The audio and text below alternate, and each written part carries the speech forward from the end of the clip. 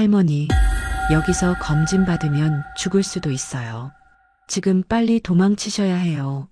빨리 저 뒷문으로 도망치세요. 병원 원장이 다급하게 건넨 한마디. 며느리가 문 밖에서 나를 기다리고 있었고 주위에는 검은색 양복을 차려입은 남자 2명이 저희를 지켜보고 있었습니다. 쪽지를 건넨 병원 원장님을 바라보니 절박한 눈빛으로 저에게 호소하고 있었고 78년을 살면서 이렇게 심장이 터질 듯이 뛴 적이 없었습니다. 저는 급하게 화장실 가는 척하고 뒷문으로 미친 듯이 뛰쳐나갔습니다. 그때까지도 저는 알지 못했습니다. 병원 원장님의 간절한 말 한마디가 제 목숨을 살릴 줄은요. 안녕하세요. 저는 올해 78배 박순이라고 합니다. 정말 어처구니 없었던 제 이야기 좀 들어주세요. 안개가 자욱한 새벽 4시, 저는 오늘도 평택 통복시장 한 구석에 있는 제 국밥집 문을 열었습니다. 40년째 이어온 일상이었죠. 뽀얀 김이 모락모락 피어오르는 커다란 솥 앞에 서면 세상 그 무엇과도 바꿀 수 없는 든든함이 느껴졌습니다. 오늘도 맛있게 끓여보자. 혼잣말을 하며 돼지뼈를 넣고 불을 지폈습니다. 제 나이 78, 박순이라는 이름으로 살아온 세월이 이 국밥솥에 고스란히 담겨 있었어요. 남편이 10년 전에 먼저 하늘나라로 떠난 뒤로는 아들 민준이만 바라보며 살았습니다. 새벽부터 시작해 점심때까지 정신없이 일하다 보면 어느새 해가 중천에 떠 있곤 했어요. 오늘도 그랬습니다. 단골 손님들이 하나둘 찾아와 뜨거운 국밥 한 그릇씩 비우고 갔죠. 그들의 만족스러운 표정을 보며 저도 덩달아 행복했습니다. 이게 제 삶의 전부였어요. 민준이는 서울에서 대기업에 다니고 있었어요. 명문대를 졸업하고 좋은 직장에 들어간 자랑스러운 아들이었죠. 결혼한 지 5년이 되었는데 며느리 서연이는 참 살갑게 저를 챙겨주었습니다. 아니, 너무 살갑다고 해야 할까요? 요즘 들어 뭔가 과하다는 생각이 들기 시작했거든요. 어머님, 오늘도 이거 드세요. 몸에 좋은 거예요. 아침 6시가 되자 서연이가 집에서 가져온 작은 유리병을 내밀었습니다. 갈색 액체가 들어있는 병이었는데 뭔지 모를 쓴 냄새가 났어요. 기력 보강제라고 했지만 제 코를 찌르는 그 냄새는 영 마음에 들지 않았습니다. 한약 같기도 하고 썩은 나무 같기도 한 이상한 냄새였죠. 서연아, 난 이런 거 안 먹어도 괜찮은데. 어머님, 요즘 깜빡깜빡 하신다고 하셨잖아요. 이거 드시면 머리도 맑아지고 기운도 나요. 비싼 건데 어머니 생각해서 특별히 구한 거예요. 서연이의 눈빛이 유난히 반짝였습니다. 마치 제가 꼭 이걸 먹어야만 한다는 듯이 집요하게 권했어요. 저는 마지못해 그 액체를 삼켰습니다. 목구멍으로 넘어가는 순간 혀끝이 마비되는 듯한 이상한 느낌이 들었죠. 쓴맛인지 단맛인지도 구분이 안 됐어요. 그날 이후로 이상한 일들이 일어나기 시작했습니다. 국밥을 끓이다가 갑자기 내가 뭘 하고 있었는지 까먹기도 했고 방금 전에 만난 단골 손님 얼굴이 생각나지 않을 때도 있었어요. 심지어 어제 무슨 재료를 주문했는지도 기억이 안 났습니다. 처음에는 나이 탓이려니 했습니다. 78이면 그럴 수도 있지 않겠어요. 하지만 날이 갈수록 증상은 심해졌습니다. 어제 무슨 일이 있었는지도 가물가물했고 아침에 일어나면 머리가 손뭉치처럼 무거웠어요. 몸은 축 늘어지고 눈꺼풀은 천근만근이었죠. 걸음걸이도 느려졌고 말도 어눌해지는 것 같았습니다. 그런데도 서연이는 매일같이 그 보강제를 가져왔습니다. 하루라도 안 먹으면 큰일이라도 나는 것처럼 말이에요. 어머님, 건강관리 제대로 하셔야 해요. 큰 병원에서 종합검진도 한번 받아보시고요. 요즘은 노인분들 전문으로 보는 병원도 많아요. 서연이가 어느 날 갑자기 종합검진 이야기를 꺼냈습니다. 제 표정을 살피며 조심스럽게 말을 이어갔어요. 마치 오래전부터 준비한 대사를 읊는 것처럼 자연스러웠죠. 요즘은 성년 후견 제도라는 것도 있대요. 어르신들 재산 보호해 주는 거래요. 어머님도 재산이 꽤 있으시니까 혹시 모르잖아요.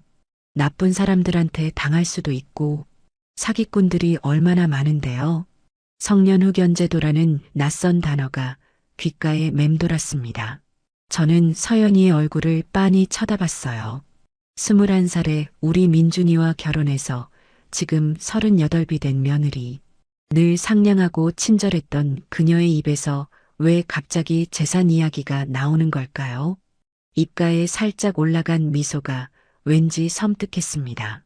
제가 40년 동안 국밥집을 하면서 모은 돈이 30억 정도 됩니다. 남편이 살아있을 때부터 한 푼, 두 푼 모은 돈이었죠. 시장 건물도 두 채 있고 예금도 꽤 있었어요. 새벽부터 밤늦게까지 일하며 모은 피 같은 돈이었습니다. 그걸 서연이가 어떻게 알았는지는 모르겠지만 요즘 부쩍 돈 이야기를 많이 했습니다. 통장은 어디 있는지, 부동산 서류는 잘 보관하고 있는지 은근슬쩍 물어보기도 했죠. 미수가 요즘 내가 좀 이상한 것 같니? 40년 지기 친구 미숙이를 찾아갔습니다. 미숙이는 제 옆 가게에서 반찬 가게를 하고 있었어요. 함께 시장에서 늙어가는 동지 같은 존재였죠. 제 이야기를 듣더니 미숙이의 얼굴이 굳어졌습니다. 순이야, 조심해. 요즘 뉴스에도 나오잖아. 위조 서류 만들어서 노인들 재산 빼앗는 사기꾼들 말이야. 후견제도 악용해서 재산 다 날려먹는 경우도 많대. 특히 혼자 사는 노인들이 표적이 된다더라. 미숙이의 말에 가슴이 철렁 내려앉았습니다. 설마 우리 며느리가 그럴 리는 없겠지만 요즘 서연이의 행동은 분명 수상했어요. 제가 보강제 먹기를 거부하면 화를 내기도 했고 제 일거수일투족을 감시하듯 지켜봤습니다. 외출할 때마다 어디 가는지 꼬치꼬치 캐물었고 누구를 만나는지도 확인했죠. 어머님, 오늘은 집에 일찍 들어오세요. 제가 저녁 준비해 놓을게요. 맛있는 거 해드릴게요. 서연이가 또 전화를 했습니다. 목소리는 다정했지만 어딘가 명령조 같은 느낌이 들었어요. 저는 일부러 늦게 들어가기로 했습니다. 미숙이네 가게에서 시간을 보내다가 밤 9시가 넘어서야 집으로 향했죠. 그날 저녁 집에 들어가니 서연이가 현관에서 기다리고 있었어요. 얼굴이 불그락푸르락했죠. 어머님, 왜 이렇게 늦으셨어요? 연락도 안 되고 걱정했잖아요. 내가 꼭 내 허락받고 다녀야 하니? 내 발로 내가 다니는데. 제가 조금 짜증스럽게 말하자 서연이의 눈빛이 차갑게 변했습니다. 순간적이었지만 저는 분명히 봤어요. 그 눈빛 속에 담긴 계산과 욕심을요. 마치 제가 방해물인 것처럼 빨리 치워버려야 할 존재인 것처럼 바라보는 눈이었습니다. 그날 밤 저는 서연이가 준 보강제를 몰래 버렸습니다. 그리고 다음 날부터 먹는 척만 하고 화분에 부어버렸어요. 며칠 뒤 화분의 화초가 시들기 시작했습니다. 싱싱하던 잎사귀가 누렇게 변하더니 결국 말라 죽었죠. 그 광경을 보며 소름이 돋았습니다. 만약 제가 계속 그걸 먹었다면 어떻게 됐을까요? 신기하게도 보강제를 끊고 2, 3일만 지나니 머리가 맑아지기 시작했습니다. 그동안 몽롱했던 정신이 돌아오면서 모든 게 선명해졌죠. 기억력도 돌아왔고 판단력도 회복됐어요. 저는 깨달았습니다. 그 보강제에 뭔가 이상한 게 들어있다는 걸요. 서연이가 일부러 저를 치매 환자로 만들려고 한다는 끔찍한 의심이 들었습니다. 하지만 증거가 없었어요. 무엇보다 민준이가 상처받을까봐 걱정이었죠. 제 아들이 얼마나 아내를 사랑하는지 잘 알고 있었거든요. 민준아, 엄마야. 아들에게 전화를 걸었습니다.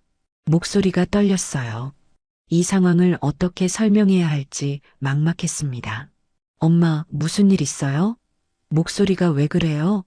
민준아, 서연이가 요즘 나한테 이상한 약 같은 걸 먹이는데 그거 먹으면 머리가 몽롱해져. 엄마, 그게 무슨 말이에요? 서연이가 어머니 건강 챙긴다고 좋은 거 사왔다고 했는데요. 비싼 건강식품이라고 했어요. 민준이는 제 말을 믿지 않았습니다. 오히려 제가 노망이 들었나 싶은 눈치였어요. 아들의 차가운 반응에 가슴이 찢어지는 것 같았습니다. 전화를 끊고 나니 더 외로웠습니다. 이 세상에 저를 믿어줄 사람이 아무도 없는 것 같았어요. 며칠 뒤 서연이가 또 찾아왔습니다. 이번에는 서류 뭉치를 들고 있었어요. 얼굴에는 묘한 미소가 걸려 있었습니다. 어머님, 이번 주 금요일에 병원 예약했어요. 종합검진 받으러 가요. 아침 9시까지 가야 해요. 난 안 가. 어머님, 제발이요. 건강 확인해야 하잖아요. 요즘 자꾸 깜빡깜빡 하시는 것도 걱정되고, 민준 오빠도 걱정하고 있어요. 서연이는 끈질기게 설득했습니다. 병원 이름을 들으니 시내에서 제일 큰 종합병원이었어요. 왜 굳이 그런 큰 병원에 가야 하는지 이해가 안 됐습니다. 하지만 서연이의 눈빛은 단호했어요. 마치 제가 꼭 그 병원에 가야만 하는 것처럼요. 결국 금요일 아침이 왔습니다. 서연이가 직접 차를 몰고 왔어요. 평소와 달리 검은색 정장을 입고 있었는데 왠지 불길한 느낌이 들었습니다. 차에 타자마자 서연이가 또 그 보강제를 내밀었어요. 어머님, 검진 받기 전에 이거 드세요. 속이 편해져요. 저는 받아서 마시는 척 하다가 몰래 차 바닥에 흘렸습니다. 서연이는 백미러로 저를 계속 지켜보고 있었어요. 눈빛이 매서웠죠. 병원에 도착했을 때 첫 번째 이상한 점을 발견했습니다. 로비에 검은 양복을 입은 남자 2명이 서 있었는데 병원과는 전혀 어울리지 않는 차림이었어요. 키가 큰 남자는 계속 휴대폰을 만지작거렸고 작은 남자는 저와 서연이를 번갈아 쳐다봤습니다. 마치 우리를 기다리고 있었던 것처럼요. 어머님, 저쪽으로 가요. 신경정신과예요. 서연이가 제 팔을 잡고 끌다시피 했습니다. 그 소나기 힘이 너무 세서 팔이 아플 정도였어요. 복도를 걸으면서 계속 불안감이 커졌습니다. 왜 신경정신과일까요? 저는 멀쩡한데 말이죠. 진료실에 들어가니 30대 정도로 보이는 젊은 의사가 앉아 있었습니다. 이름표에는 김지훈 원장이라고 적혀 있었어요. 서연이가 먼저 나서서 말을 시작했습니다.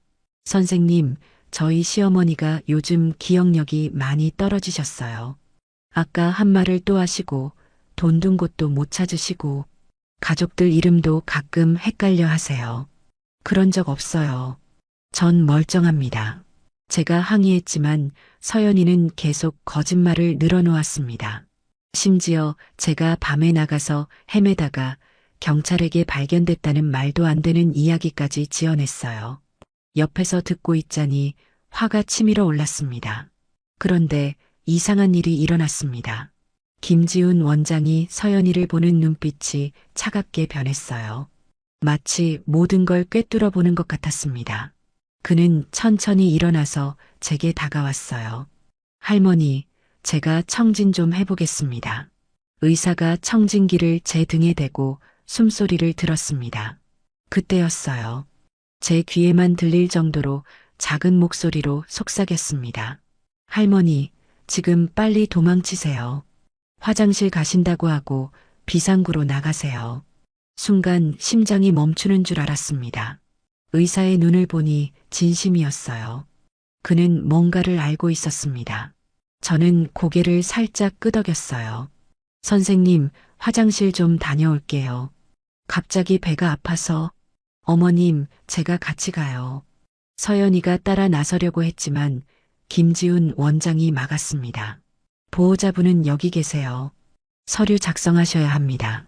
할머니는 혼자 다녀오실 수 있으세요. 저는 진료실을 나와서 복도를 걸었습니다. 화장실 표지판을 따라가는 척하다가 아무도 없는 순간 비상구 쪽으로 방향을 틀었어요. 심장이 터질 것 같았습니다.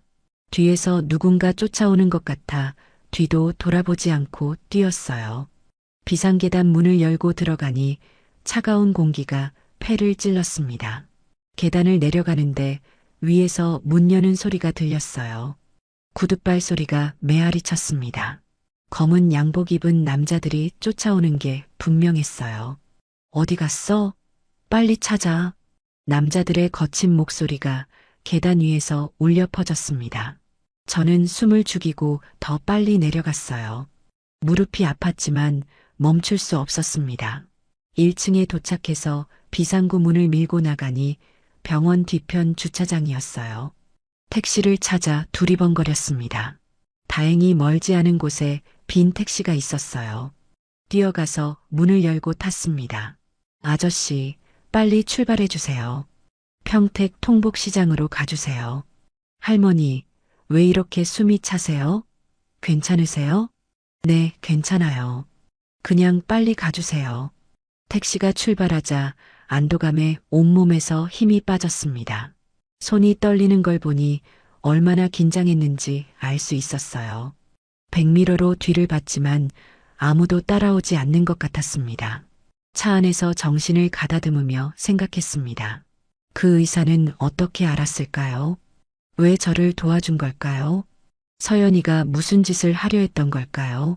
머릿속이 복잡했지만 한 가지는 분명했습니다. 제 직감이 맞았다는 거예요. 서연이는 저를 해치려 했고 그 병원도 한통속이었을 겁니다. 휴대폰이 울렸습니다. 서연이었어요. 받지 않았습니다. 계속 전화가 왔지만 무시했어요. 조금 있다가 민준이한테서도 전화가 왔습니다. 엄마, 지금 어디예요? 서연이가 병원에서 사라졌다고 난리예요. 민준아, 엄마 괜찮아. 집에 가고 있어. 도대체 왜 그러세요? 검진 받으러 가셨으면서. 민준이의 목소리에는 짜증이 섞여 있었습니다. 아들이 저를 이상한 사람 취급하는 게 가슴 아팠어요. 하지만 지금은 설명할 때가 아니었습니다. 시장에 도착해서 미숙이네 가게로 갔습니다. 미숙이는 제 모습을 보자마자 놀랐어요. 순이야, 얼굴이 왜 이래? 무슨 일 있었어? 미숙아, 큰일 날 뻔했어. 병원에서 도망쳐 나왔어. 제가 있었던 일을 설명하자 미숙이의 얼굴이 하얗게 질렸습니다. 세상에, 정말 서연이가 그런 짓을 하려고 했단 말이야? 그 의사가 도와주지 않았으면 어떻게 됐을지 몰라. 그러니까 말이야. 근데 이제 어떻게 해야 할지 모르겠어. 민준이는 내 말을 안 믿고 서연이는 계속 전화하고 미숙이가 제 손을 꼭 잡았습니다. 따뜻한 온기가 전해졌어요. 순이야, 일단 여기 있어. 오늘은 집에 가지 마. 그리고 그 의사를 다시 만나봐야 할 것 같아. 분명 뭔가 알고 있을 거야. 저는 고개를 끄덕였습니다. 온몸이 부들부들 떨렸어요. 무서웠지만 동시에 다행이라는 생각도 들었습니다. 만약 그 의사가 도와주지 않았다면 저는 지금쯤 어떻게 되었을까요? 생각만 해도 소름이 끼쳤습니다. 창밖을 보니 해가 기울고 있었어요. 평화로운 시장 풍경이 보였지만 제 마음은 전쟁터 같았습니다. 이제부터가 진짜 시작이라는 걸 알았어요. 서연이와 그 배후에 있는 사람들이 가만히 있지 않을 테니까요. 하지만 저도 가만히 당하고만 있을 순 없었습니다. 제가 평생 모은 재산을, 제 삶을 지켜야 했으니까요. 그날 밤 미숙이네 집에서 잠을 청했지만 한숨도 못 잤습니다. 눈을 감으면 검은 양복 남자들의 모습이 떠올랐고 서연이의 차가운 눈빛이 아른거렸어요. 내일은 무슨 일이 일어날까요? 두려웠지만 맞서 싸워야 한다는 결심이 섰습니다. 78살 노인이지만 아직 제 인생의 주인은 저니까요. 다음 날 아침 미숙이네 집에서 눈을 떴습니다.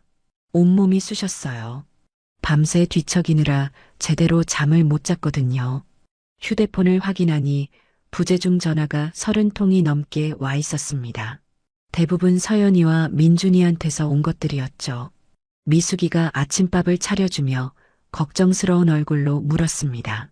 순이야, 오늘은 어떻게 할 거야? 계속 여기 있을 수는 없잖아. 국밥집에 가야지. 장사도 해야 하고. 그래도 조심해. 서연이가 뭔 짓을 할지 모르니까. 미숙이 말이 맞았습니다. 하지만 평생 해온 장사를 하루라도 쉴 수 없었어요. 그게 제 자존심이었으니까요. 시장으로 걸어가는데 이상한 기분이 들었습니다. 평소와 달리 사람들이 저를 빤히 쳐다보고 있었어요. 수군거리는 소리도 들렸습니다. 고개를 숙이고 빨리 걸었지만 시선들이 등 뒤에 꽂히는 것 같았죠. 국밥집에 도착하니 더 충격적인 일이 벌어져 있었습니다. 가게 앞에 경찰차가 서 있었고 경찰관 2명이 기다리고 있었어요. 박순희 할머니 맞으세요? 네, 맞습니다. 무슨 일이세요? 가족분이 실종 신고를 하셨어요. 어제 병원에서 갑자기 사라지셨다고요.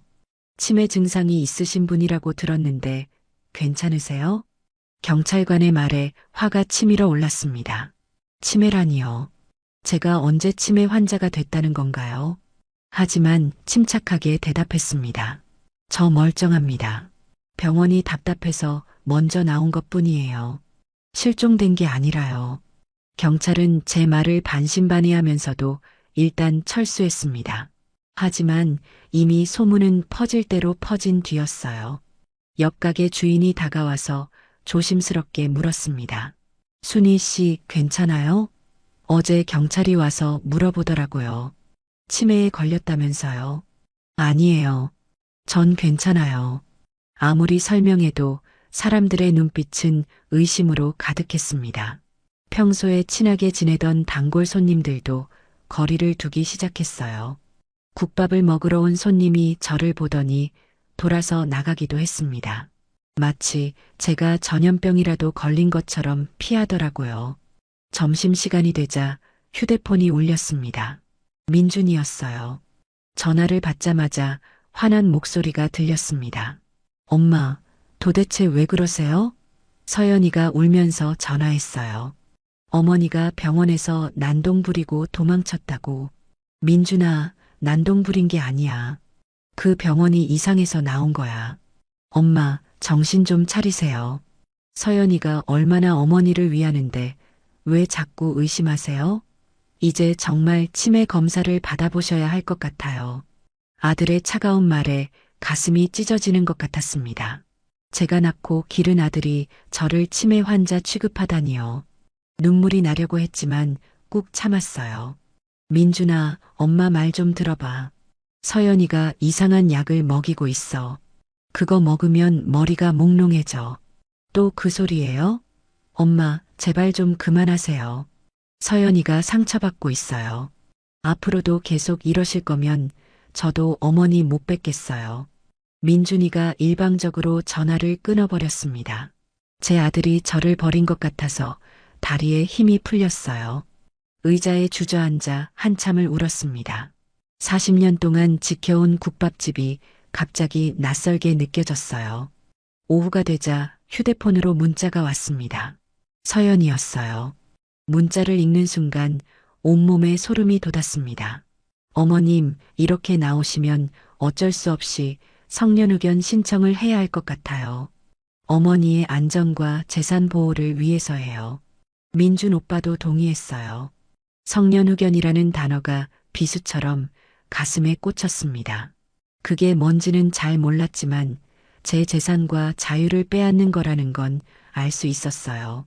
손이 떨려서 휴대폰을 떨어뜨릴 뻔했습니다. 저녁이 되어 가게 문을 닫고 있는데 평소 친하게 지내던 단골 할아버지가 다가왔습니다. 순희 씨, 요즘 힘든 모양이네. 며느리가 걱정이 많다던데. 아니에요. 전 괜찮아요. 그래도 나이 들면 자식 말 들어야지. 치매는 빨리 치료받아야 한다더라고. 할아버지마저 저를 치매 환자로 보고 있었습니다. 시장 전체가 저를 그렇게 생각하는 것 같았어요. 억울하고 분했지만 설명할 방법이 없었습니다. 서연이가 퍼뜨린 소문은 이미 진실이 되어버렸으니까요. 가게를 나와 미숙이네로 갔습니다. 미숙이가 저를 보자마자 걱정스러운 표정을 지었어요. 순이야, 들었어. 서연이가 경찰에 신고하고 온 동네에 소문 냈다면서? 응. 이제 모든 사람이 날 치매 환자로 보고 있어. 민준이도 내 말을 안 믿고 미숙이가 제 어깨를 토닥였습니다. 그 따뜻한 손길에 또 눈물이 났어요. 순이야, 이대로는 안 돼. 뭔가 방법을 찾아야 해. 아, 맞다. 그 의사 말이야. 어제 널 도와준 그 의사를 다시 만나봐. 분명 뭔가 알고 있을 거야. 미숙이 말이 맞았습니다. 김지훈 원장이 왜 저를 도와줬는지, 무엇을 알고 있는지 확인해야 했어요. 하지만 병원에 다시 가는 게 무서웠습니다. 또 잡힐지도 모르니까요. 그래, 내일 가볼게. 혼자는 무서우니까 같이 가줄래? 당연하지. 내가 같이 갈게. 그날 밤 또 미숙이네에서 잤습니다. 집에 가기가 무서웠어요.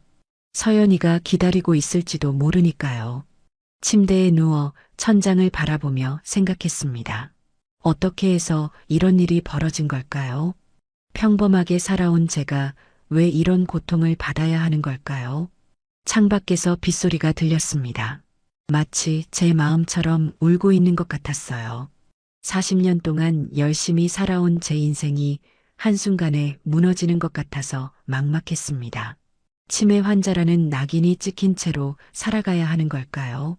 아니면 정말로 서연이가 원하는 대로 모든 걸 빼앗기고 마는 걸까요? 하지만 포기할 수 없었습니다. 제가 진짜 치매가 아니라는 걸, 서연이가 저를 해치려 했다는 걸 증명해야 했어요. 그 의사가 유일한 희망이었습니다. 내일 꼭 만나서 진실을 밝혀야겠다고 다짐했어요. 새벽에 잠깐 잠이 들었다가 악몽을 꿨습니다. 서연이가 저를 정신병원에 가두는 꿈이었어요.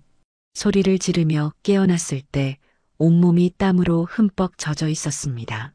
미숙이가 놀라서 달려왔어요. 순이야, 괜찮아? 악몽 꿨구나. 미수가 무서워. 정말 이렇게 끝나는 걸까? 아니야, 순이야. 우리가 꼭 진실을 밝힐 거야. 내가 도와줄게. 미숙이의 위로에 조금 안심이 됐습니다. 그래도 친구가 있어서 다행이었어요. 완전히 혼자는 아니라는 게 위안이 됐습니다. 창밖을 보니 동이 트고 있었어요. 새로운 날이 시작되는 거였죠. 오늘은 뭔가 달라질 거라는 희망을 품어봤습니다. 다음 날 아침 8시 미숙이와 함께 그 병원 근처 조그만 카페에서 기다렸습니다. 김지훈 원장과 통화해서 만나기로 약속한 장소였어요. 병원 안에서는 위험할 수 있다고 해서 밖에서 몰래 만나기로 했죠. 커피잔을 들고 있는 제 손이 계속 떨렸습니다. 과연 그 의사가 무엇을 알고 있을까요? 왜 저를 도와준 걸까요? 궁금하면서도 두려웠어요. 9시가 되자 김지훈 원장이 들어왔습니다. 평상복 차림이었는데 어제 병원에서 봤을 때보다 훨씬 젊어 보였어요. 주위를 살피며 조심스럽게 우리 테이블로 다가왔습니다. 할머니, 괜찮으세요? 어제 무사히 나가신 거 맞죠? 네, 선생님 덕분에 살았어요. 정말 감사합니다. 김지훈 원장은 한숨을 쉬며 의자에 앉았습니다. 얼굴에 고민의 흔적이 역력했어요. 잠시 침묵이 흐른 뒤 그가 천천히 입을 열었습니다. 할머니, 제가 왜 어제 그랬는지 궁금하시죠? 사실 저희 아버지도 똑같은 일을 당하셨어요. 3년 전 일입니다. 그의 눈빛이 어두워졌습니다. 아픈 기억을 꺼내는 게 쉽지 않아 보였어요. 커피잔을 만지작거리며 이야기를 이어갔습니다. 저희 아버지도 재산이 좀 있으셨는데 갑자기 나타난 간병인이 이상한 약을 먹이기 시작했다고 했어요. 나중에 알고 보니 치매 증상을 일으키는 약물이었죠. 그리고는 위조된 치매 진단서로 성년후견인이 되어 재산을 다 빼앗아 갔습니다. 아버지는 결국 그 충격으로 돌아가셨어요. 세상에 그런 일이. 미숙이가 놀라서 입을 막았습니다. 저도 충격이었어요. 이런 일이 저에게만 일어난 게 아니었구나 싶었죠. 어제 할머니 며느리분이 가져온 서류를 봤어요. 치매 진단서였는데 위조된 거였습니다. 의학 용어도 틀렸고 양식도 엉터리였어요. 제 날인만 받으려고 했던 거죠. 김지훈 원장이 가방에서 서류를 꺼냈습니다. 어제 서연이가 가져왔던 그 서류였어요. 복사본이었는데 빨간 펜으로 표시가 되어 있었습니다. 여기 보세요. 이 부분에 있는 의학 용어는 실제로 존재하지 않는 말이에요. 그리고 여기 병원 직인도 가짜입니다. 진짜와 미세하게 달라요. 서류를 자세히 보니 정말 이상한 부분들이 많았습니다. 제가 알아볼 수는 없었지만 전문가가 보면 바로 티가 날 정도로 조잡했던 거예요. 그런데 선생님, 더 충격적인 게 있어요. 김지훈 원장이 또 다른 서류를 꺼냈습니다. 보험 서류였어요. 할머니 명의로 고액생명보험이 여러 개 가입되어 있었어요. 수익자는 모두 며느리분이고요. 보험금이 총 50억이 넘습니다. 50억이라는 숫자에 숨이 멎는 것 같았습니다. 제가 죽으면 서연이가 그 돈을 다 받는다는 거잖아요. 온몸에 소름이 돋았어요. 서연이가 저를 죽이려고 했을지도 모른다는 생각에 몸이 떨렸습니다. 이건 단순한 가족 간 문제가 아니에요. 조직적인 범죄입니다. 제가 알아본 결과 비슷한 수법으로 여러 노인분들이 피해를 받더라고요. 김지훈 원장이 휴대폰을 꺼내 사진을 보여줬습니다. 신문 기사들이었는데 모두 노인 재산 사기와 관련된 내용이었어요. 할머니, 이 증거들을 경찰에 넘기려고 합니다. 제가 아는 형사님이 있어요. 지능범죄수사팀의 최강석 경위님인데 믿을 만한 분이에요. 정말요? 그분이 도와주실까요? 네, 제가 이미 연락드렸어요. 오늘 오후에 만나기로 했습니다. 할머니도 같이 가시겠어요? 저는 고개를 끄덕였습니다. 이제 혼자서는 감당할 수 없는 일이었어요. 전문가의 도움이 필요했죠. 김지훈 원장이 서류들을 다시 가방에 넣으며 말했습니다. 이 서류들은 제가 모두 스캔해서 보관하고 있어요. 원본도 복사해뒀고요. 증거가 사라지지 않도록 여러 곳에 백업해뒀습니다. 그 말을 들으니 조금 안심이 됐습니다. 적어도 증거는 확보한 거니까요. 하지만 동시에 두려움도 커졌어요. 서연이 뒤에 더 큰 조직이 있다면 우리가 과연 이길 수 있을까요?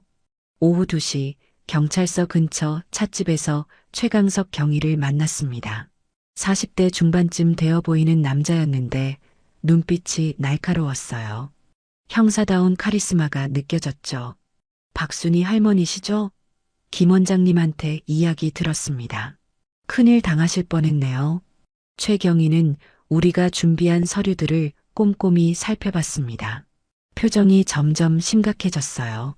한참을 보더니 고개를 들었습니다. 이건 확실히 조직적 범죄입니다. 며느님 혼자 할 수 있는 일이 아니에요. 배우가 있을 겁니다. 배우요? 누가 있는 건가요? 최근에 노인 대상 사기를 전문으로 하는 조직을 추적하고 있었어요. 실버 케어 파트너스라는 회사인데 겉으로는 노인 복지 회사지만 실제로는 사기 조직이죠. 이 수법이 그들과 똑같아요. 실버 케어 파트너스라는 이름을 듣자 김지훈 원장의 얼굴이 굳어졌습니다. 그 회사 들어봤어요. 우리 병원에도 영업 왔었는데 뭔가 수상해서 거절했었거든요. 최경희가 고개를 끄덕였습니다. 잘하셨어요. 그들은 병원, 보험회사, 법무사 사무실까지 연결된 거대한 조직이에요. 총책은 조태식이라는 자인데 겉으로는 사업가 행세를 하고 있죠. 조태식이라는 이름이 귓가에 맴돌았습니다. 그자가 이 모든 일의 배우라는 거였어요. 서연이도 그 조직의 일원이었던 거고요. 할머니, 우선 신변 보호가 중요합니다. 그들이 어떤 짓을 할지 모르니까요. 그리고 우리도 반격을 준비해야 합니다. 어떻게 해야 하나요? 일단 할머니가 정상이라는 걸 증명할 의료 기록이 필요해요. 그리고 그 약물 성분 검사도 해야 하고요. 혹시 그 보강제 남은 거 있으세요? 저는 고개를 저었습니다. 다 버렸거든요. 하지만 미숙이가 손을 들었어요. 제가 하나 가져왔어요. 순이가 화분에 버리는 걸 보고 몰래 챙겨뒀거든요. 미숙이가 가방에서 작은 병을 꺼냈습니다. 최경희의 눈이 반짝였어요. 잘하셨어요. 이걸 분석하면 증거가 될 겁니다. 그리고 할머니, 앞으로 모든 대화를 녹음하세요. 특히 며느님이나 다른 사람들과의 대화요. 저는 알겠다고 대답했지만 마음은 무거웠습니다. 내 직감이 맞았다는 안도감과 동시에 거대한 조직과 싸워야 한다는 두려움이 밀려왔어요. 78살 노인이 과연 이길 수 있을까요? 최경희가 제 손을 잡았습니다. 따뜻하고 든든한 손이었어요. 할머니, 걱정 마세요. 제가 끝까지 도와드릴게요. 이런 나쁜 놈들은 반드시 잡아야 합니다. 찻집을 나오면서 하늘을 올려다봤습니다. 구름 사이로 햇빛이 비치고 있었어요. 어둠 속에서 한 줄기 빛을 본 것 같았습니다. 이제 혼자가 아니라는 게 큰 힘이 됐어요. 며칠 후 최강석 경위가 저를 경찰서로 불렀습니다. 회의실에는 이미 김지훈 원장과 다른 형사 2명이 와 있었어요.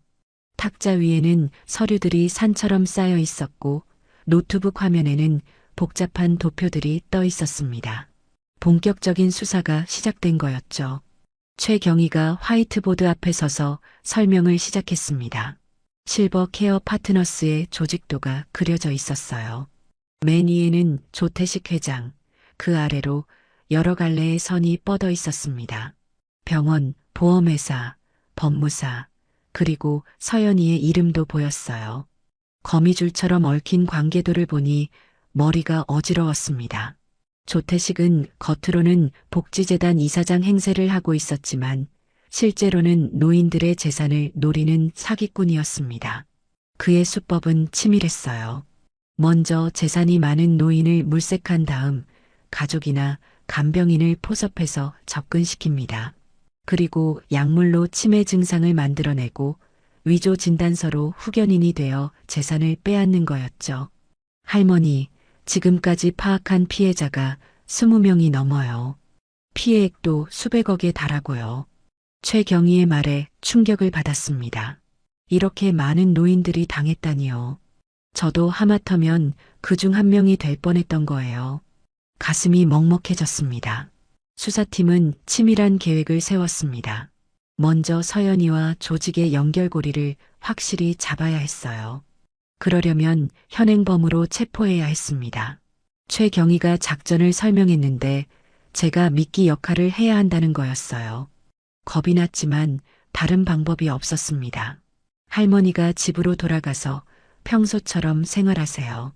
서연 씨가 다시 접근할 겁니다. 그때 우리가 증거를 잡는 거예요.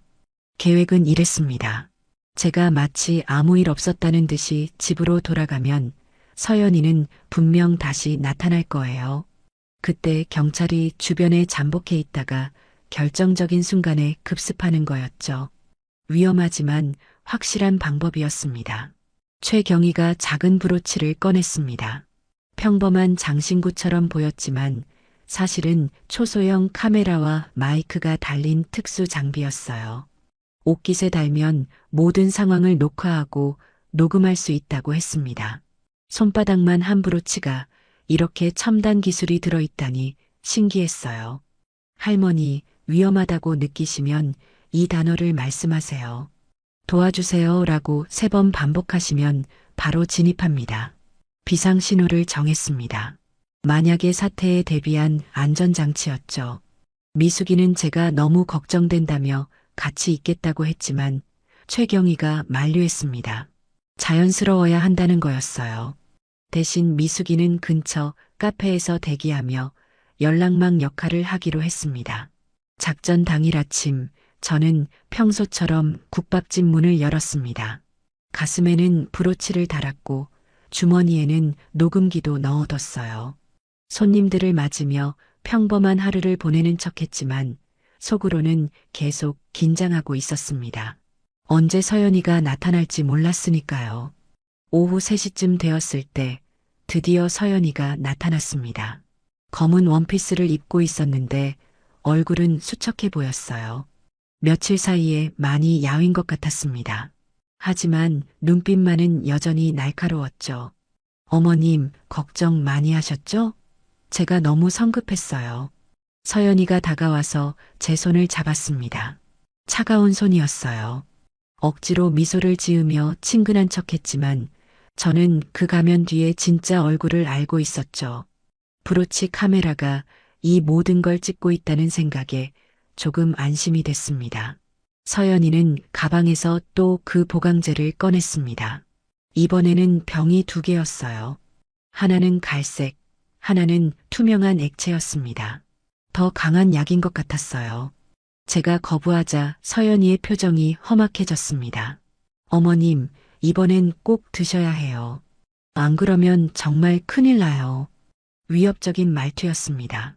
저는 일부러 겁먹은 표정을 지었어요. 서연이가 방심하도록 하기 위해서였죠. 떨리는 손으로 병을 받아들었습니다. 마시는 척하면서 살짝 흘렸어요. 하지만 서연이가 끝까지 지켜보는 바람에 조금은 삼킬 수밖에 없었습니다. 쓴맛이 입안에 퍼졌어요. 그때 서연이가 서류를 꺼냈습니다. 위임장과 후견 신청서였어요. 제 재산을 모두 맡기는 내용이었죠. 펜을 내밀며 서명하라고 재촉했습니다. 손이 떨렸지만 천천히 서류를 읽는 척했어요. 시간을 끌어야 했으니까요. 어머님, 빨리 서명하세요. 시간 없어요. 서연이가 재촉하는 순간 가게 문이 열렸습니다. 검은 양복을 입은 남자 두 명이 들어왔어요. 병원에서 봤던 그 남자들이었습니다. 순간 공포가 밀려왔어요. 이들이 나타났다는 건 상황이 더 위험해졌다는 뜻이었죠. 큰 남자가 제 어깨를 잡았습니다. 억센 소나기 힘에 아팠지만 참았어요. 작은 남자는 서류를 들고 제 앞에 섰습니다. 서연이와 눈빛을 주고받더니 고개를 끄덕였어요. 뭔가 신호를 보낸 것 같았습니다. 할머니, 착하게 서명하시면 아무 일 없을 거예요. 남자의 목소리가 으스스했습니다. 이제 더는 숨길 것도 없다는 듯이 대놓고 협박했어요. 저는 속으로 비상신호를 외치고 싶었지만 참았습니다. 아직은 때가 아니었어요. 더 확실한 증거를 잡아야 했으니까요. 서연이가 제 손에 펜을 쥐어줬습니다. 그리고 서명란을 가리키며 빨리 하라고 재촉했어요. 바로 그때 제가 그토록 기다리던 순간이 왔습니다. 서연이가 실수로 본심을 드러낸 거예요. 어차피 할머니는 곧 치매로 요양원 가실 거예요. 재산은 우리가 잘 관리해 드릴게요. 그 말을 듣는 순간 분노가 치밀어 올랐습니다. 하지만 동시에 안도감도 들었어요. 카메라에 모든 게 녹화됐으니까요. 이제 확실한 증거를 잡은 거였죠. 저는 천천히 입을 열었습니다. 도와주세요. 도와주세요. 도와주세요. 비상신호를 외치자마자 밖에서 요란한 소리가 들렸습니다. 경찰들이 들이닥친 거예요. 문이 벌컥 열리며 복면을 쓴 경찰 특공대가 들어왔습니다. 순식간에 벌어진 일이었어요. 꼼짝 마. 경찰이다. 검은 양복 남자들이 도망치려 했지만 이미 늦었습니다. 뒷문에도 경찰이 대기하고 있었거든요. 서연이는 그 자리에 주저앉았습니다. 얼굴이 하얗게 질려 있었어요. 게임이 끝났다는 걸 안 거겠죠. 최강석 경위가 들어와서 서연이에게 수갑을 채웠습니다. 그리고 저에게 다가와 괜찮냐고 물었어요. 저는 고개를 끄덕였습니다. 다리에 힘이 풀려서 의자에 앉았지만 마음은 후련했어요. 드디어 끝났구나 싶었죠. 경찰이 서연이와 검은 양복 남자들을 연행하는 모습을 멍하니 바라봤습니다. 국밥집 안은 아수라장이 되었어요. 뒤집어진 의자들, 바닥에 떨어진 서류들, 그리고 깨진 보강제 병에서 흘러나온 액체가 바닥에 퍼져 있었습니다. 브로치 카메라가 이 모든 순간을 고스란히 담았겠죠. 서연이가 경찰차에 타기 전 저를 돌아봤습니다. 그 눈빛에는 증오와 분노가 가득했어요. 마치 제가 모든 걸 망쳤다는 듯이 원망스러운 표정이었죠. 하지만 저는 떳떳했습니다. 제 삶을 지켜낸 거니까요. 최강석 경위가 증거품들을 조심스럽게 수거했습니다. 바닥에 흘린 약물도 샘플로 채취했어요. 서연이가 가져온 서류들도 모두 압수했습니다. 이 모든 게 법정에서 중요한 증거가 될 거라고 했죠. 특히 브로치 카메라에 녹화된 영상은 결정적인 증거였습니다. 서연이가 직접 한 말들이 모두 담겨 있었으니까요. 1시간쯤 지났을까요? 민준이가 헐레벌떡 뛰어왔습니다. 회사에서 연락을 받고 급히 온 모양이었어요. 얼굴이 창백했고 넥타이는 비뚤어져 있었습니다. 숨을 헐떡이며 주변을 둘러보더니 저에게 다가왔어요. 엄마, 무슨 일이에요? 서연이가 체포됐다고요?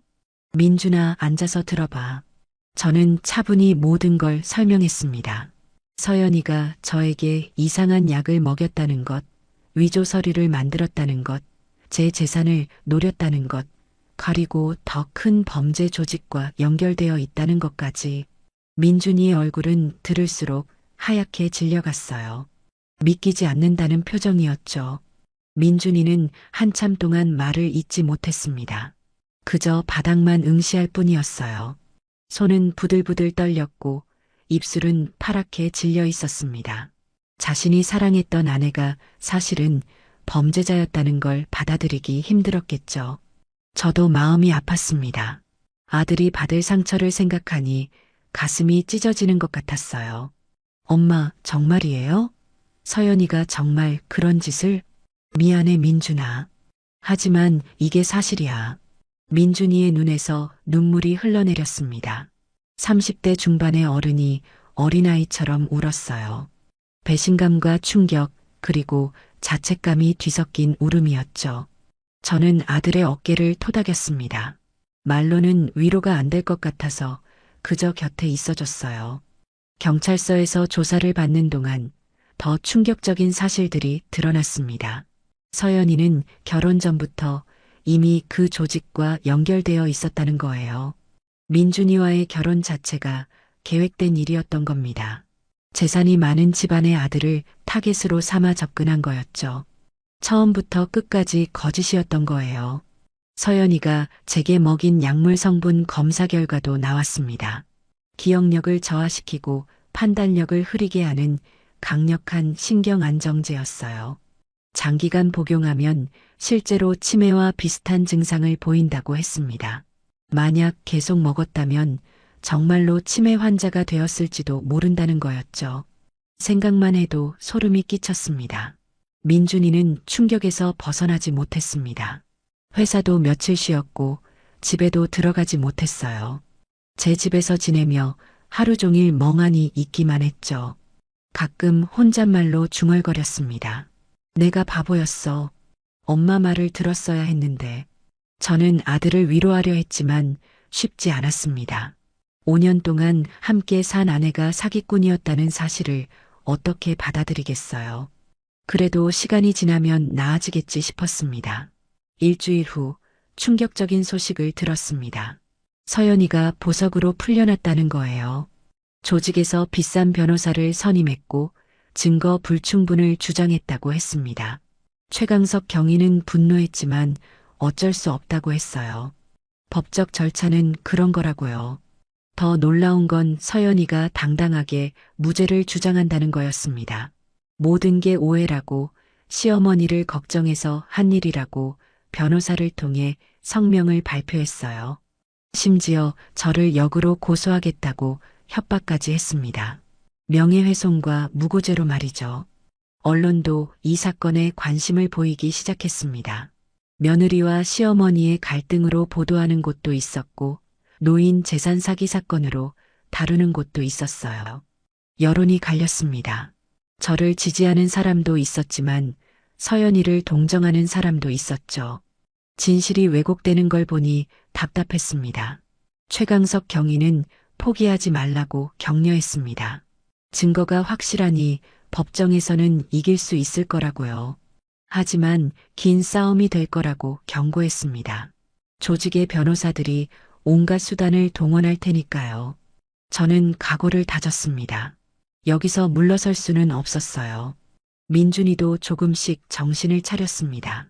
이혼 소송을 준비하기 시작했고 어머니인 저를 적극적으로 도우겠다고 했어요. 비록 늦었지만 이제라도 제 편이 되어준 게 고마웠습니다. 우리 모자는 함께 이 싸움을 해나가기로 했어요. 재판 준비가 시작됐습니다. 변호사와 상담하고 증인을 모으고 추가 증거를 수집했어요. 김지훈 원장도 증인으로 나서겠다고 했고 과거 피해자들도 하나둘 나타났습니다. 진실의 조각들이 모여 큰 그림을 만들어가고 있었죠. 하지만 상대도 만만치 않았습니다. 조태식의 조직은 막대한 자금력으로 여론전을 펼쳤어요. 저를 치매 노인으로 몰아가려 했고 서연이를 피해자로 만들려 했습니다. 거짓 증인까지 내세웠죠. 싸움은 점점 치열해졌습니다. 그래도 저는 두렵지 않았습니다. 진실은 언젠가 밝혀질 테니까요. 브로치 카메라에 담긴 영상, 약물 검사 결과, 위조 서류들, 이 모든 증거가 있는 한 거짓은 이길 수 없을 거예요. 비록 긴 싸움이 되겠지만 끝까지 가보기로 했습니다. 밤마다 잠이 오지 않았습니다. 재판이 어떻게 될지, 과연 이길 수 있을지 걱정이 됐어요. 하지만 포기할 수는 없었습니다. 저뿐만 아니라 다른 피해자들을 위해서라도 꼭 이겨야 했어요. 이 싸움은 단순히 제 재산을 지키는 것 이상의 의미가 있었으니까요. 보석으로 풀려난 서연이가 본격적인 역공을 시작했습니다. 다음 날 아침 텔레비전을 켜자마자 충격적인 장면이 나왔어요. 서연이가 눈물을 흘리며 인터뷰하고 있었습니다. 검은 상복을 입고 초췌한 모습으로 카메라 앞에 앉아 있었죠. 완벽한 연기였습니다. 시어머니를 정말 극진히 모셨는데 갑자기 저를 의심하시기 시작했어요. 치매 증상이 심해지셔서 망상에 빠지신 것 같아요. 서연이의 거짓말이 전국에 방송되는 걸 보니 혈압이 오르는 것 같았습니다. 더 충격적인 건 방송국이 서연이 편을 들어주는 듯한 편집을 했다는 거예요. 저는 악역이 되어 있었고 서연이는 피해자처럼 보였습니다. 온라인 상황은 더 심각했습니다. 미숙이가 휴대폰으로 보여준 인터넷 기사 댓글들은 충격 그 자체였어요. 저를 욕하는 댓글이 수백 개씩 달려 있었습니다.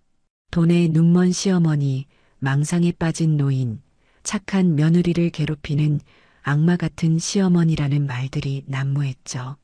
더 놀라운 건 조직적으로 움직이는 것 같았다는 거예요. 똑같은 내용의 댓글이 여러 사이트에 동시에 올라왔고 저를 비난하는 게시물이 순식간에 퍼져나갔습니다. 누군가 의도적으로 여론을 조작하고 있었던 거죠. 조태식의 조직이 움직이기 시작한 겁니다. 최강석 경위에게서 전화가 왔습니다. 목소리가 무거웠어요. 할머니, 안 좋은 소식이 있어요. 제가 사건에서 배제됐습니다. 위에서 압력이 들어왔어요. 청천벽력 같은 소식이었습니다. 유일하게 믿었던 형사마저 손을 뗀다니요. 최경희는 미안하다고 했지만 상부 명령을 거역할 수 없다고 했습니다. 조태식의 힘이 경찰 내부까지 미친다는 걸 알 수 있었어요. 설상가상으로 증거 일부가 사라졌다는 소식도 들었습니다. 경찰서에 보관 중이던 서류 몇 장이 없어졌고 디지털 파일도 일부 손상됐다는 거예요. 우연일 리 없었습니다. 누군가 의도적으로 증거를 인멸한 거였죠.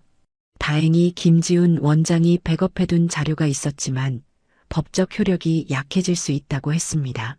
시장에서도 분위기가 완전히 바뀌었습니다. 사람들이 저를 보는 눈빛이 차가워졌어요.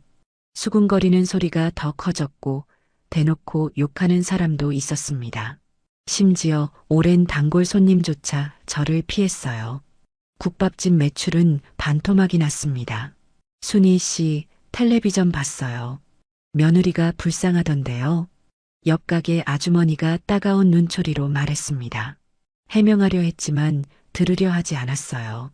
이미 사람들 머릿속에는 제가 나쁜 시어머니로 각인된 거였습니다. 억울했지만 어쩔 수 없었어요. 언론의 힘이 이렇게 무서운 거였습니다. 민준이도 힘들어했습니다. 회사에서도 소문이 퍼져서 눈치를 봐야 했고 친구들도 거리를 뒀다고 했어요.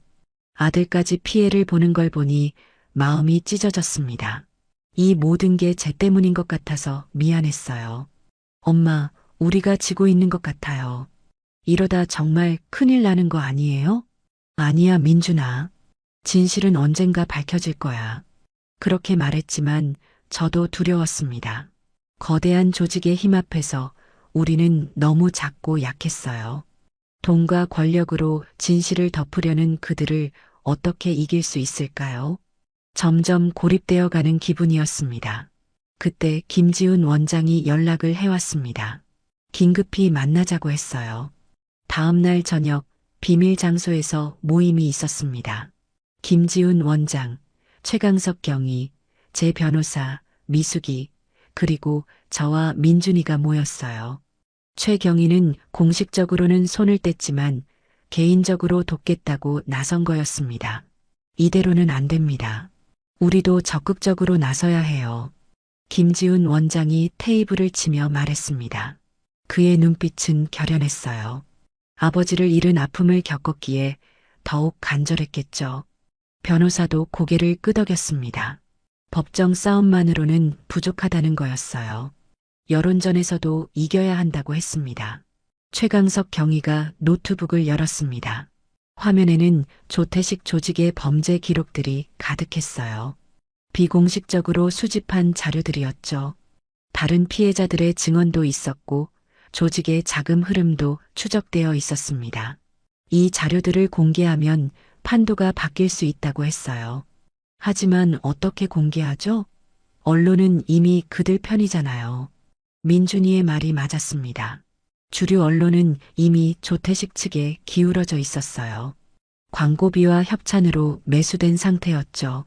우리 이야기를 제대로 들어줄 곳이 없었습니다. 그때 미숙이가 손을 들었습니다. 인터넷 방송은 어때요? 요즘 젊은 사람들은 다 그거 본다던데. 모두의 눈이 반짝였습니다. 그거였어요. 전통 언론을 피해서 직접 진실을 알리는 방법이었죠. 유튜브나 다른 플랫폼을 통해 우리 이야기를 전할 수 있었습니다. 조작된 여론에 맞서 진실을 폭로하는 거였어요. 작전이 정해졌습니다. 우리는 증거를 정리하고 피해자들의 증언을 모으고 조직의 실체를 폭로할 준비를 했어요. 김지훈 원장이 의학적 증거를 설명하기로 했고 최경희는 수사 자료를 제공하기로 했습니다. 저는 직접 나서서 제 이야기를 하기로 했어요. 준비하는 과정은 쉽지 않았습니다. 조직의 방해 공작도 있었고 협박 전화도 왔어요. 하지만 우리는 굴복하지 않았습니다. 진실을 밝히겠다는 일념으로 똘똘 뭉쳤어요.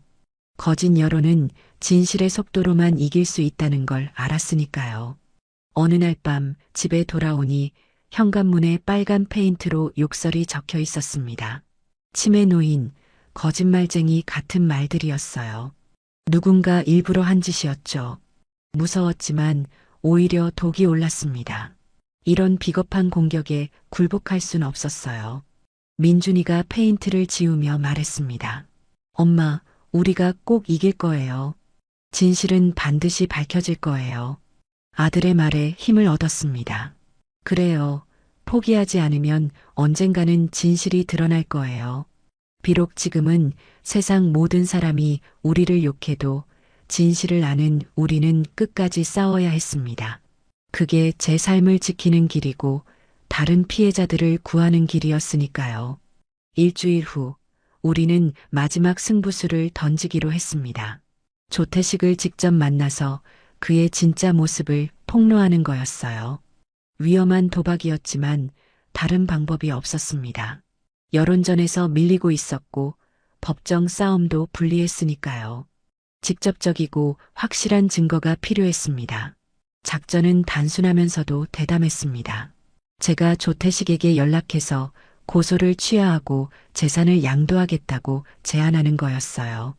그가 승리를 확신하고 방심하는 순간 모든 대화를 생중계로 전 국민에게 보여주는 거였죠.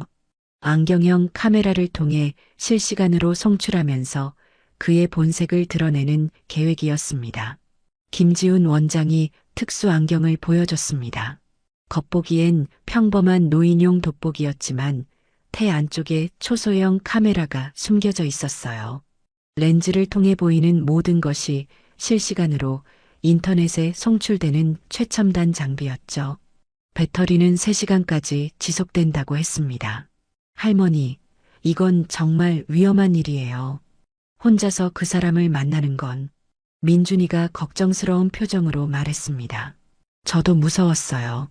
하지만 이렇게라도 하지 않으면 영원히 진실을 밝힐 수 없을 것 같았습니다.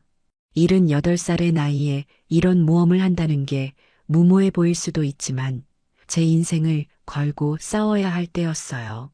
변호사는 법적 문제를 검토했습니다. 상대방 동의 없이 녹음하는 것이 통신비밀보호법에 저촉될 수 있다고 했어요. 하지만 자기 보호 목적이고 공익성이 있다면 정상 참작이 가능하다고 했습니다.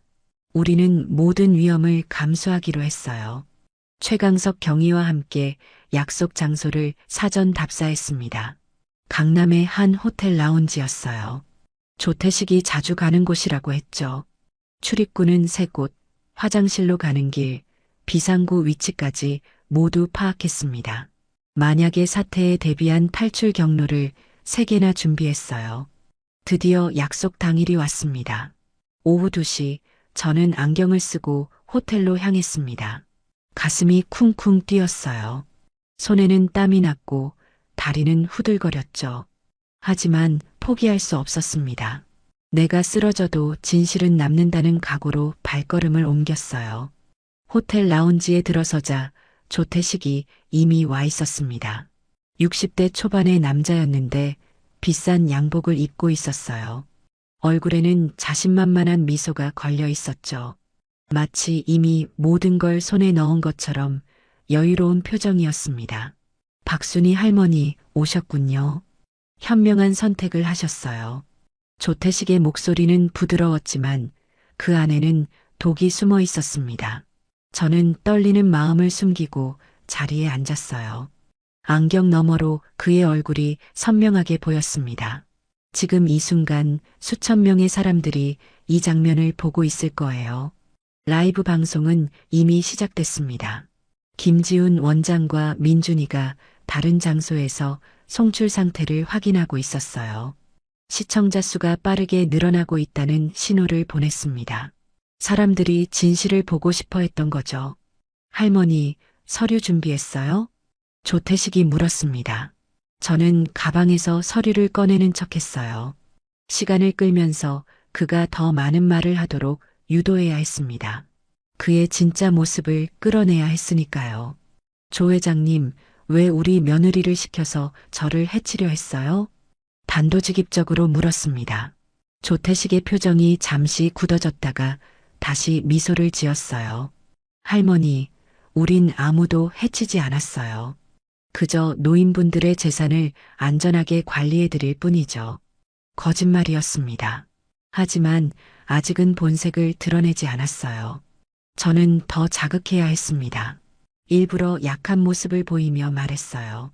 제가 다 드릴게요. 그러니 제발 우리 아들은 건드리지 마세요. 그 말을 듣자 조태식의 눈빛이 변했습니다. 승리를 확신한 자의 오만한 빛이었어요. 그가 몸을 앞으로 기울이며 낮은 목소리로 말했습니다. 할머니, 우리가 얼마나 많은 노인들의 재산을 관리하는지 아세요? 수백 명이에요. 다들 순순히 협조했죠. 드디어 나왔습니다. 자백이 시작된 거예요. 저는 겁먹은 표정을 지으며 더 많은 말을 하도록 유도했습니다. 조태식은 완전히 방심한 상태였어요.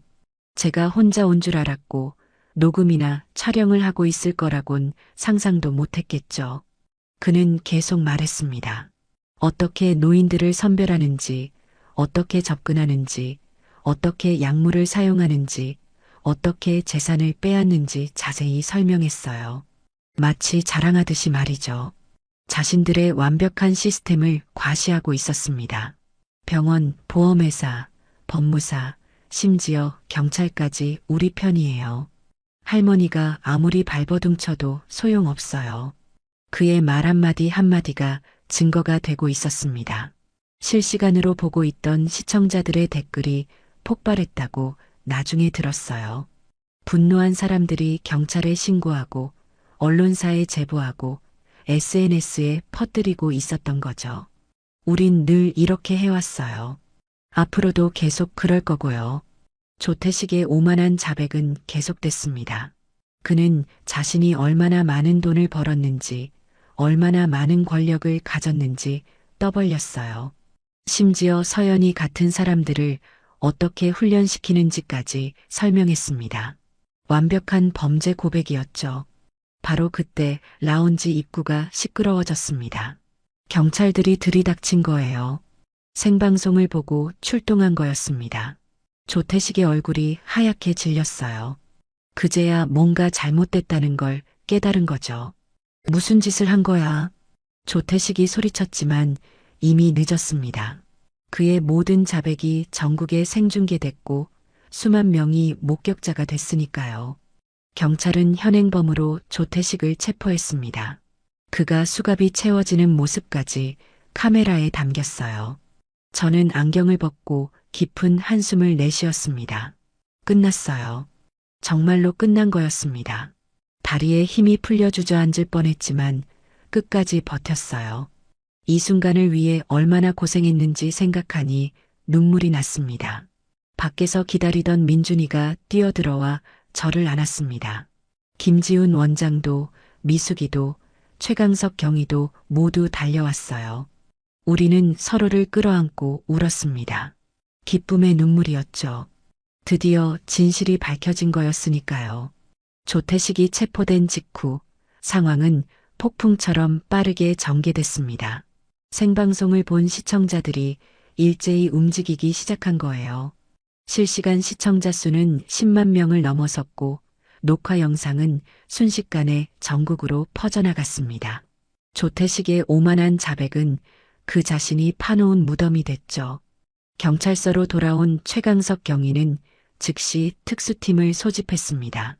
이제 공식적으로 수사에 복귀한 그는 눈빛이 번득였어요. 생방송 증거 덕분에 판사로부터 긴급 압수수색 영장을 받는 것도 순조로웠습니다. 실버 케어 파트너스의 모든 사무실, 창고, 서버가 압수수색 대상이 됐죠. 그날 저녁 6시 전국 곳곳에서 동시다발적으로 압수수색이 시작됐습니다. 서울 본사를 비롯해 부산, 대구, 광주, 대전의 지사들까지 한꺼번에 들이닥쳤어요. 텔레비전 뉴스에서는 속보로 이 장면을 생중계했습니다. 검은 조끼를 입은 수사관들이 박스를 들고 나오는 모습이 전국에 방송됐죠. 본사 지하 창고에서는 충격적인 것들이 발견됐습니다. 수백 명분의 위조 진단서, 조작된 보험 서류, 불법 약물들이 산더미처럼 쌓여 있었어요. 컴퓨터 서버에는 피해자들의 개인정보와 재산 목록이 빼곡히 정리되어 있었습니다. 그들이 얼마나 체계적으로 범죄를 저질렀는지 보여주는 증거들이었죠. 더 놀라운 건 그들의 범죄 매뉴얼이 발견됐다는 거예요.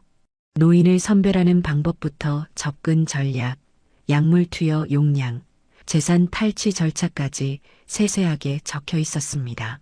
마치 기업의 업무 지침서처럼 정리되어 있었어요.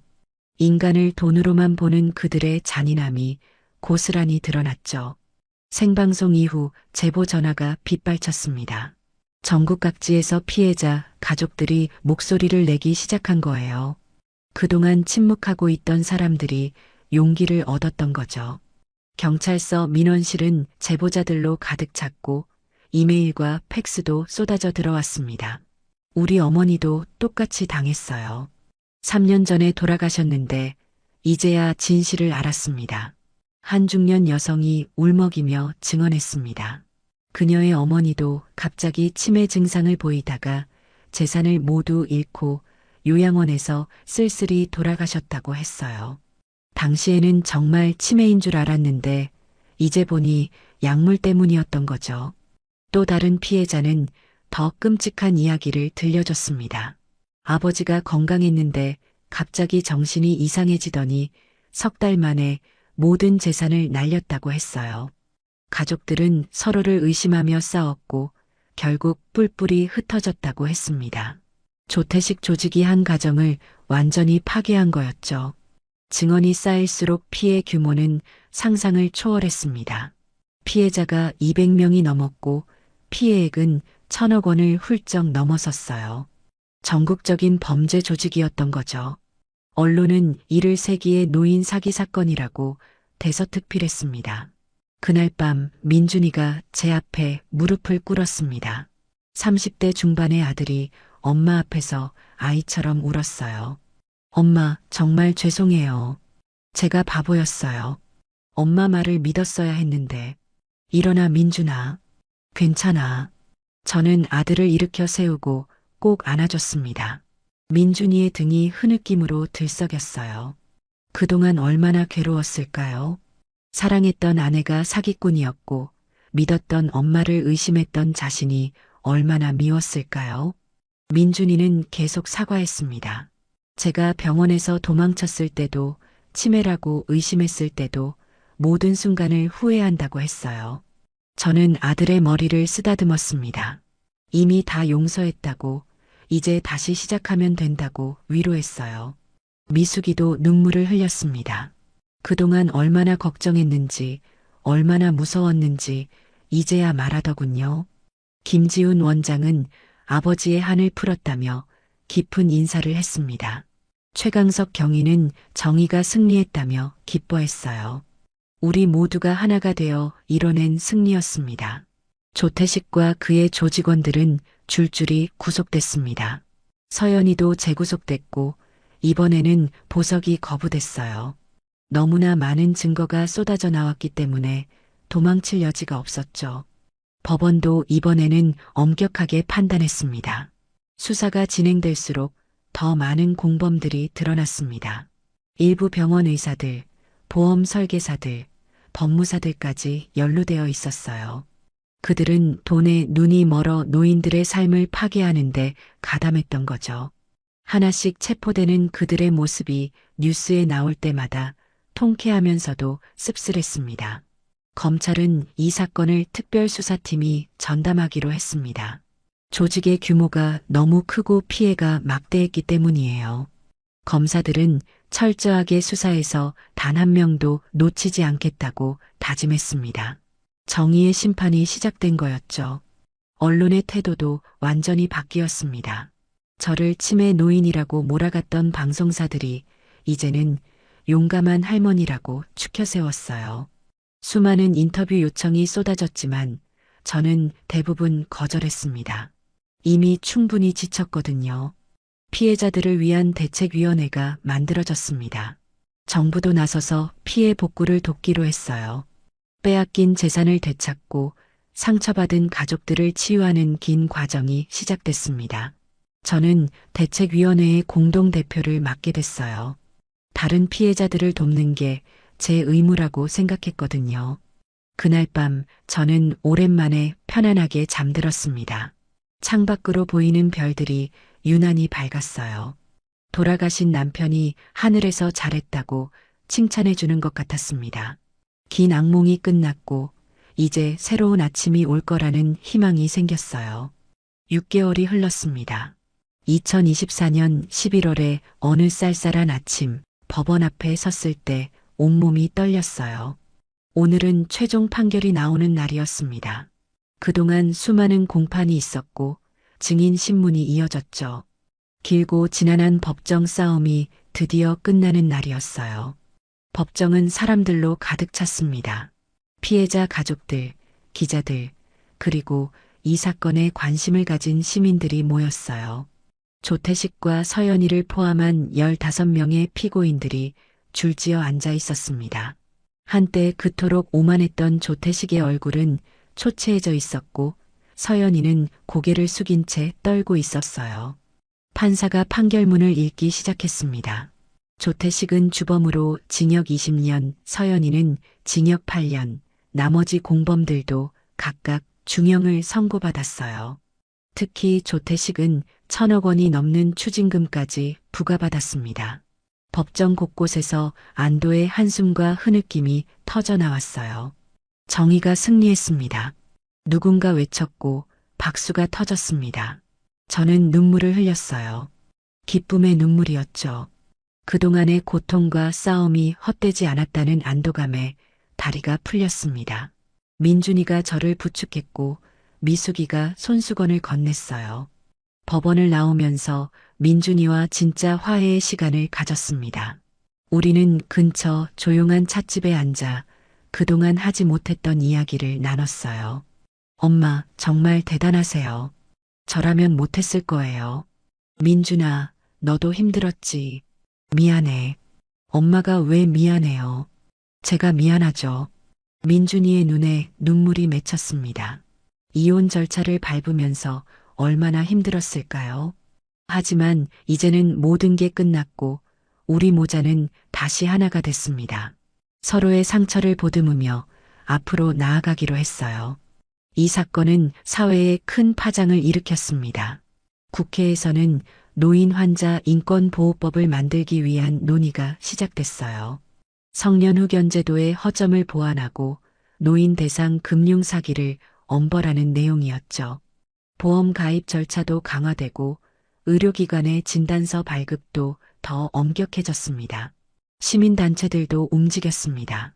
노인 인권 보호 캠페인이 전국적으로 펼쳐졌고 피해 예방 교육도 활발해졌어요. 저도 가끔 강연 요청을 받아 제 경험을 나눴습니다. 다시는 이런 일이 일어나지 않기를 바라는 마음에서요. 피해자들을 위한 지원센터도 만들어졌습니다. 정부와 시민단체가 함께 운영하는 곳이었어요. 법률 상담, 심리치료, 경제적 지원까지 종합적인 도움을 제공했죠. 저는 명예이사로 참여하며 다른 피해자들을 도왔습니다. 그리고 다시 일상으로 돌아왔습니다. 평택 통복시장의 제 국밥집은 여전히 새벽부터 문을 열었어요. 솥에서 피어오르는 하얀 김이 반가웠고 뜨거운 국물을 끓이는 일이 즐거웠습니다. 손님들도 하나둘 돌아왔어요. 이제는 모두가 저를 응원해줬죠. 순희 씨, 정말 고생하셨어요. 덕분에 우리 어머니도 조심하게 됐어요. 단골 손님의 따뜻한 말에 가슴이 뭉클했습니다. 제가 겪은 일이 다른 사람들에게 경각심을 주고 도움이 됐다는 게 보람 있었어요. 비록 힘든 시간이었지만 의미 있는 싸움이었던 거죠. 김지훈 원장은 가끔 국밥을 먹으러 왔습니다. 아버지의 한을 풀었다며 고마워했어요. 최강석 경위도 정년퇴직 후 자주 들렀습니다. 우리는 전우회 같은 특별한 인연이 됐죠. 미숙이는 여전히 옆 가게에서 반찬을 팔며 저를 지켜줬습니다. 민준이도 완전히 회복했습니다. 새로운 사람을 만나 재혼을 준비하고 있었어요. 이번에는 제가 먼저 만나보고 싶다고 했더니 민준이가 웃으며 그러겠다고 했습니다. 우리 모자 사이에는 더 이상 비밀이 없었어요. 어느 날 한 노부부가 국밥집을 찾아왔습니다.